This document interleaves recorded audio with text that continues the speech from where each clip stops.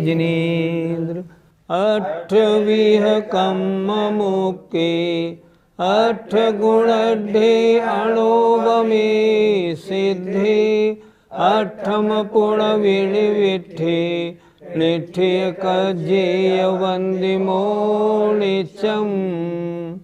पंच परमेष्ठी भगवान की जय। पिछली ज्ञानशाला में भूतार्थ और अभूतार्थ पर चर्चा हुई थी। दोनों ने, व्यवहार ने और निश्चय ने, दोनों ने भूतार्थ भी हैं, दोनों ने अभूतार्थ भी हैं, ऐसा आचार्य जिनसेन महाराज लिखते हैं समयसार जी की टीका में, और उनका कथन ठीक भी है। व्यवहार ने की दृष्टि से व्यवहार ने भूतार्थ है, निश्चय ने अभूतार्थ, और निश्चय ने की दृष्टि से निश्चय ने भूतार्थ है, व्यवहार ने अभूतार्थ। आत्मा कैसा है? भूतार्थ और अभूतार्थ दोनों के द्वारा जैसा बताया गया वैसा है। वर्तमान अवस्था में व्यवहार ने जैसा है, स्वभाव से निश्चय ने जैसा है। बहुत अच्छा विषय था। आइए आज नई बात करते हैं। निश्चय ने और व्यवहार ने किन व्यक्तियों के योग्य हैं, किन को किस नय से जानना चाहिए, उपयोगी होगा। देखें, शुद्धो शुद्धादेशो प्रादवो परम भाव दर्शिहिं व्यवहार देश दो पुण जे दो अपरमेठिदा भावे। शुद्धो शुद्धादेशो, शुद्धो शुद्ध ने माने निश्चय ने, शुद्धादेशो शुद्ध दशा को बताने वाला है। क्या अर्थ हुआ? शुद्ध दशा को बताने वाला शुद्ध निश्चय ने परम भावदर्शीहिं, परम माने उत्कृष्ट, शुद्ध अर्थात आत्मा की शुद्ध दशा को देखने वालों के द्वारा जानने योग्य है। जो आत्मा की शुद्ध दशा में, शुद्ध दशा को जानने में लगे हैं, उनके लिए तो शुद्ध ने को बताने वाला शुद्ध निश्चय ने उपयोगी है। और पुण्य माने और, जेदु अपरमेठ्यता भावे, जो निचले भावों में स्थित हैं, अर्थात परम भावदर्शी अभी नहीं हुए हैं। हम ये भी कह सकते हैं परम भावदर्शी ही शुद्धोपयोगी। निचले कौन से? जो शुभोपयोगी हैं। अर्थात पुण्य और जेदु, ये जो जीव अपरम माने निचले भावों में स्थित हैं, वे पुण्य, वे फिर व्यवहार देशिदा, व्यवहारने के द्वारा उपदेश देने योग्य हैं। फिर एक बार देख लीजिए, परम भाव के देखने वाले जीवों के लिए शुद्ध नय को, शुद्ध दशा को बताने वाला शुद्ध ने जानने योग्य है। और फिर जो निचले भावों में स्थित हैं उनके लिए व्यवहारने से उपदेश होना चाहिए। ये आचार्य कह रहे हैं दोनों नए उपयोगी हैं, लेकिन अलग अलग जीवों के लिए हैं। शुद्ध निश्चय नय कब प्रयोजनवान होता है? शुद्ध निश्चय ने के द्वारा वस्तु का स्वरूप जानना हर समय प्रयोजनवान है, पर शुद्ध निश्चय को प्रयोजनवान होना, शुद्ध निश्चय रूप होना, शुद्ध निश्चय रूप ही जानना देखना, ये कब प्रयोजनवान है? जब जीव शुद्धोपयोग में है। मैं वर्तमान में शुभोपयोग में हूँ, लेकिन शुद्ध निश्चय से मेरी आत्मा की दशा क्या है, ये मुझे आज भी प्रयोजनवान है। लेकिन जब मैं समाधि काल में होऊंगा, निर्विकल्प समाधि में ही होऊंगा, उस समय मात्र शुद्ध निश्चय ने ही प्रयोजनवान होगा, अशुद्ध निश्चय ने नहीं। और जो निचले भाव में स्थित हैं, जो अपनी शुद्ध आत्मा को नहीं देख रहे हैं, उनके लिए तो व्यवहार ने प्रयोजनवान है। लेकिन उनके लिए भी निश्चय के द्वारा वस्तु का स्वरूप क्या है, यह जानना तो प्रयोजनवान है ही। क्यों? क्योंकि वस्तु का ज्ञान निश्चय ने और व्यवहार ने दोनों के द्वारा जानने पर होता है। अगर एक नए से वस्तु को जाना जाएगा तो द्रव्य दृष्टि से जान लेंगे, पर्याय दृष्टि नहीं हो पाएगी। दूसरे नए से जानेंगे तो पर्याय दृष्टि होगी, द्रव्य दृष्टि नहीं हो पाएगी। दोनों से जानना होगा। यहाँ आचार्य कह रहे हैं, शुद्ध दशा को कहने वाला शुद्ध ने किन के लिए प्रयोजनवान है, प्रयोग में लेने योग्य कब है, जब वो आत्मा की शुद्ध दशा को देख रहे हों। उस समय अशुद्ध दशा नहीं देखनी है। और जो सांसारिक भावों में स्थित हैं, अपरम भाव में हैं, राग द्वेष आदि परिणामों में उलझे हुए हैं, अशुभोपयोग शुभोपयोग में हैं, उनके द्वारा क्या है, उनको तो व्यवहारने ही प्रयोजनवान है। पर व्यवहारने का जानना भी प्रयोजनवान जब माना जाएगा जब निश्चय का ज्ञान तो हो। ऐसा नहीं मैं तो राग द्वेष सहित ही हूँ, यही मेरा स्वभाव है, ये नहीं जानना है। ये जानना है स्वभाव तो मेरा सिद्धों जैसा है, पर वर्तमान में अशुद्ध हूँ।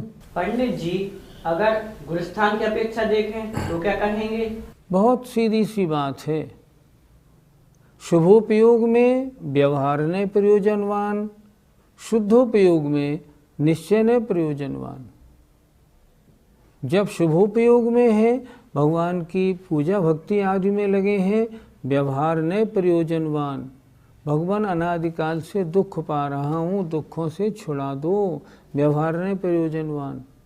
और जब समाधि काल में 7वें गुणस्थान और उससे ऊपर में है, तब आत्मा शुद्ध रूप में कैसा है, तब मात्र वो ही प्रयोजनवान। अर्थात शुभोपयोग के 4, 5, 6, 7 गुणस्थानों में व्यवहार ने प्रयोजनवान है, निश्चय ने गौण है। और 7वें गुणस्थान और उससे ऊपर शुद्धोपयोग में निश्चय ने प्रयोजनवान है, व्यवहार ने गौण है। पंडित जी, किस नए का आश्रय लेने से कर्मों का क्षय एवं मोक्ष की प्राप्ति होती है? दोनों नयों का आश्रय लेने से कर्म क्षय होता है। कैसे, समझें। सबसे पहले व्यवहार नय का आश्रय लेकर मैंने समझा मेरी आत्मा कर्मों से लिप्त है। फिर मैंने शास्त्रों में देखा इस कर्मों को छुड़ाने का मार्ग क्या है। व्यवहारने की चर्चा है, ऐसे मुनि बने, ऐसे ध्यान लगाएं, इस तरह कार्य करें, तब ये कर्म छूटते हैं, आत्मा शुद्ध होती है। और मेरा वास्तविक स्वरूप क्या है, मुझे बनना कैसा है, ये निश्चय की बात है। इसलिए दोनों नयों से बात करनी होगी। जब तक व्यवहारने से हम अपनी आत्मा को अशुद्ध नहीं मान लेंगे, तब तक शुद्ध करने का प्रयास कैसे करेंगे। और जब तक हम अपनी आत्मा की शुद्ध अवस्था को नहीं जान लेंगे, तब तक उस रूप बनने की कोशिश कैसे करेंगे, मुझे ऐसा बनना है। कर्म क्षय और मोक्ष मार्ग में जब प्रवृत्ति होगी तो पहले व्यवहार नय में प्रवृत्ति होगी, फिर निश्चय नय में जाना होगा। ऐसा नहीं कि सीधे निश्चय नय में पहुंच जाए, ऐसे नहीं होता। पहले व्यवहार मोक्ष मार्ग होगा, फिर निश्चय मोक्ष मार्ग होगा।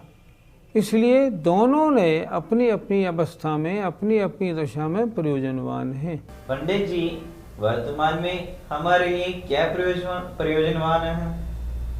वर्तमान में हमारे लिए, क्योंकि हम अभी अपरम भाव में स्थित हैं। गाथा में आचार्य कुंद कुंद महाराज लिख रहे हैं, व्यवहार देश दो पूर्ण जेदु अपरमेठिदा भावे। हम अपरम भाव में स्थित हैं, अभी हम शुभोपयोग में हैं। इसलिए हमारे यहाँ, हमारे लिए व्यवहार में बहुत कार्यकारी है। हम क्या करें, हम भगवान की पूजा, भक्ति, दान, गुरुओं की सेवा इस कार्य में लगें। इतना होने के बावजूद भी व्यवहार देश दो पुण्य जेदु अपर मिथ्यता भावे देखा जा रहा है। बहुत से निश्चय के मानने वालों ने भगवान की पूजा करना छोड़ दिया। पहले करते थे पूजा अभिषेक, अब बंद कर दिया। ये तो बेकार की क्रिया है, जड़ क्रिया से हमें क्या लेना देना। नहीं, उनका मानना बिल्कुल ठीक नहीं। जो अभी अपरम भाव में स्थित हैं उनके लिए व्यवहार ने प्रयोजनवान है। उनको देव पूजा, गुरु उपासना, स्वाध्याय, दान, तीर्थ यात्रा, जप करना, उपवास करना, इन कार्यों को करना चाहिए। उनके लिए यही प्रयोजनवान है। और जब ऐसा करते करते मुनि महाराज बन जाएं और फिर ध्यान लगाएं, तब निश्चय का संबंध प्रयोजनवान है। लेकिन जो ऐसे व्यवहारने को झूठ मानने वाले हैं, ऐसे लोगों को साधु कभी बनना तो है नहीं, इसलिए उनको निश्चय कभी प्रयोजनवान होगा ही नहीं, क्योंकि वे साधु अब बनना पसंद ही नहीं करते। उनके यहाँ तो अभी कोई प्रतिमा धारण भी नहीं करता। एक आध भूल चूक से मिल जाए तो बात अलग, नहीं। उपवास करने वालों की गिनती नहीं, जाप देने वालों की गिनती नहीं, बस मात्र पढ़ने वालों की गिनती है। ये चीज़ ठीक नहीं। पढ़ना और उतारना भी तो चाहिए। इसलिए जब तक अपरम भाव में स्थित हैं, व्यवहार ने प्रयोजनवान है। आत्मा शुद्ध करने के लिए जितनी क्रियाएं आचार्यों ने बताई हैं, जो गृहस्थों के लिए करने योग्य कार्य बताए हैं, उन सब में दत्तचित्त रहना चाहिए। प्रश्न हुआ, तो आत्मा को शुद्ध नय से कैसे जाना जाए? इसके लिए आचार्य ने अगली गाथा लिखी है। जो पसदि अपाणम अबद्धपुट्ठम अनन्यम वेदम अविशेषम संयुक्तम तम शुद्धनयम वियाणी। शुद्ध नय आत्मा को कैसा देखता है? शुद्ध नय से आत्मा का क्या स्वरूप है? बहुत सुंदर बताया है। ये आचार्य कुंद महाराज की गाथा दिन भर याद रखने लायक है। जो पश्यति देखता है अपाणम आत्मा को, अबद्ध पुट्ठम न बंधी न छुबी, पुट्ठम स्पृष्टम, न बंधी है न छुबी है, अनन्यम अन्य अन्य प्रकार नहीं है, नियदम अर्थात समान विस्तार वाली, समान प्रदेश वाली, समान अवगाहना वाली है, नियत है। अविशेषम जो गुणों की विशेषता से नहीं देखता, विशेषता रूप नहीं देखता, तो क्या देखता है? सामान्य रूप देखता है। असंयुक्तम संयोग रूप नहीं देखता, संयोग रहित देखता है। तम उसे शुद्ध ने जानो। शुद्ध ने कैसा जानता है? देखें, 6 बात दी है इन्होंने। पहली बात, जो आत्मा को देखता है न बंधा है, आत्मा किसी से नहीं बंधी, न पुट्ठम न छुबी है, अन्य अन्य रूप नहीं है, छोटी बड़ी नहीं, नियत है, अविशेषम विशेषता नहीं, सामान्य है, असंयोगी अर्थात संयोगों से रहित है। जो ऐसा जानता है उसको शुद्ध ने जानना चाहिए। शुद्ध ने की दृष्टि में आत्मा ऐसी है। पंडित जी, ये 6 बातें समझ में नहीं आई, इसको एक बार और समझा दीजिए। उदाहरण से समझते हैं। पहला विशेषण है अबद्ध अपुट्ठ, न बंधी न छुबी। उदाहरण समय सार जी में जो उदाहरण दिए हैं वही दे रहा हूँ। अर्थात जैसे कमल का पत्ता पानी में है, आप देख रहे हैं पानी से बंधा भी है और छुपा भी है, लेकिन आपने कमल के पत्ते को निकाला, तो ना पानी से पानी उसमें बिल्कुल नहीं लगा। इसका मतलब पानी में रहते हुए भी कमल न पानी से बंधा है न छुपा है। इसी तरह आत्मा शरीर में है रहने के बाद भी आत्मा न शरीर से बंधा है न छुपा है, न आत्मा शरीर रूप हुआ न शरीर आत्मा रूप हुआ है, दोनों अलग अलग हैं। शुद्ध नय से आत्मा शरीर में रहता हुआ भी निश्चय नय की अपेक्षा कर्म बंधन से रहित, पर्याय से रहित है। शुद्ध नय ऐसा कहता है। अनन्यम, अन्य अन्य रूप नहीं है। क्या मतलब? जैसे एक पेड़ है, एक चींटी है, एक भौरा है, एक कुत्ता है, एक देव है, ये सारी बातें जो हैं ये पर्याय को लेके होने वाली हैं। ये शुद्ध नय का विषय नहीं। शुद्ध नय तो इन सब में जीव को देखता है। ये सब क्या है? सब जीव हैं। अनन्यम, अन्य अन्य रूप नहीं देखता, एक रूप देखता है। स्त्री है, पुरुष है, नपुंसक है, ये कैसे हैं? ये सब मनुष्य हैं, बस सामान्य, विशेषता की ओर नहीं जाता। अन्य अन्य रूप नहीं होता, वो निश्चय नय है। नियदम, समुद्र है, पूर्णिमा को हुई, समुद्र में ज्वार भाटा आ गया, तो क्या समुद्र में पानी कहीं से बढ़ गया? नहीं बढ़ा, समुद्र तो उतना ही था। समुद्र में लहरें आ रही हैं, तो क्या समुद्र घट बढ़ रहा है? नहीं घट बढ़ रहा। उसी तरह आत्मा कैसा है? किसी भी पर्याय में हो, वो तो असंख्यात प्रदेशी उतना ही है। चाहे निगोदिया की पर्याय हो, चाहे स्वयंभू रमण का मत्स्य या हाथी या कोई भी हो, आत्मा तो नियत है, बिल्कुल असंख्यात प्रदेशी, निश्चय ने ऐसा ही जानता है। अविशेषम, विशेषता रहित, अर्थात ये मोटा है, ये पतला है, ये काला है, ये गोरा है, इस रूप नहीं जानता। विशेषता रूप नहीं, उनकी गुणों की अपेक्षा नहीं करता। क्या करता है? सामान्य की अपेक्षा करता है। ये सब मनुष्य हैं, ये सब जीव हैं। असंजुत्तम, पानी को आग पे गर्म कर लिया, ये गर्म पानी है, नहीं नहीं, पानी तो पानी ही है। आग के कारण होने वाली ये जो संयोगी पर्याय है, इसको निश्चय ने ग्रहण नहीं करता। ये क्या है? पानी है। आग के कारण गर्म हो गया है, पर वास्तव में पानी तो पानी ही है। इस तरह जो जानता है ना, उसे कहते हैं असंजुत्तम, संयोग रहित जानना। इस तरह निश्चय ने आत्मा को 6 प्रकार जानता है। न बंधा, न छुपा, अन्य अन्य रूप नहीं, नियत और विशेषता रहित और संयोग रहित। इस तरह जो किसी द्रव्य को जानता है, वह शुद्ध नय कहलाता है। शुद्ध नय से मेरी आत्मा ऐसी है, व्यवहारने से मेरी आत्मा वर्तमान में जो आप देख रहे हैं इस रूप है।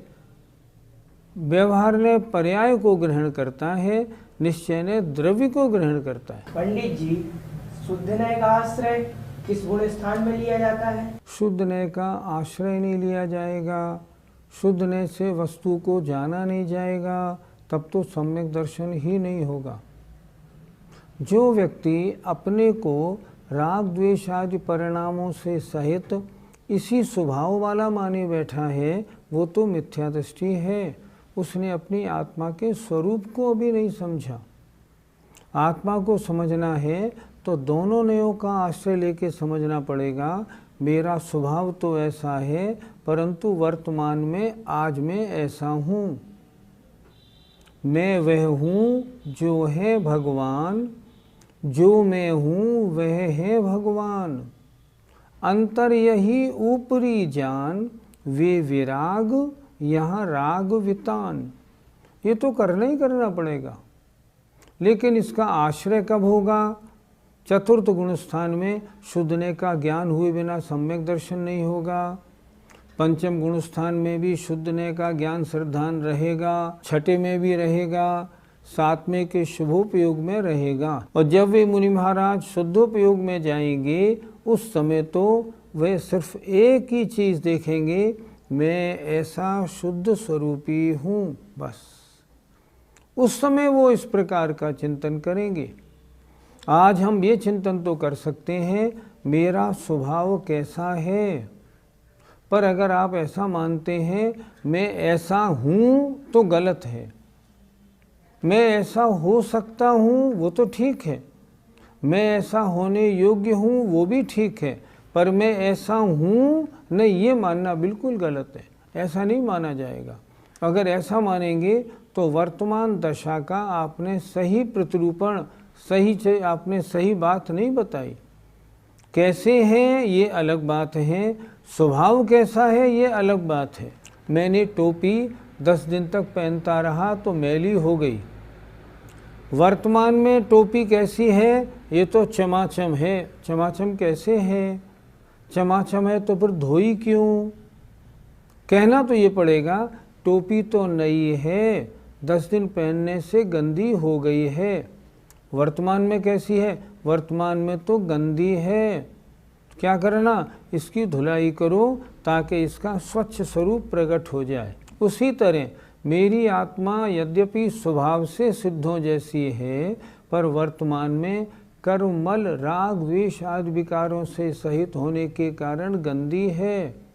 अगर मैं इन विकारों को हटा दूं तो मेरी आत्मा भी सिद्धों जैसी शुद्ध है, पर वर्तमान में शुद्ध मानना ये अज्ञानता है। जय जिनेन्द्र।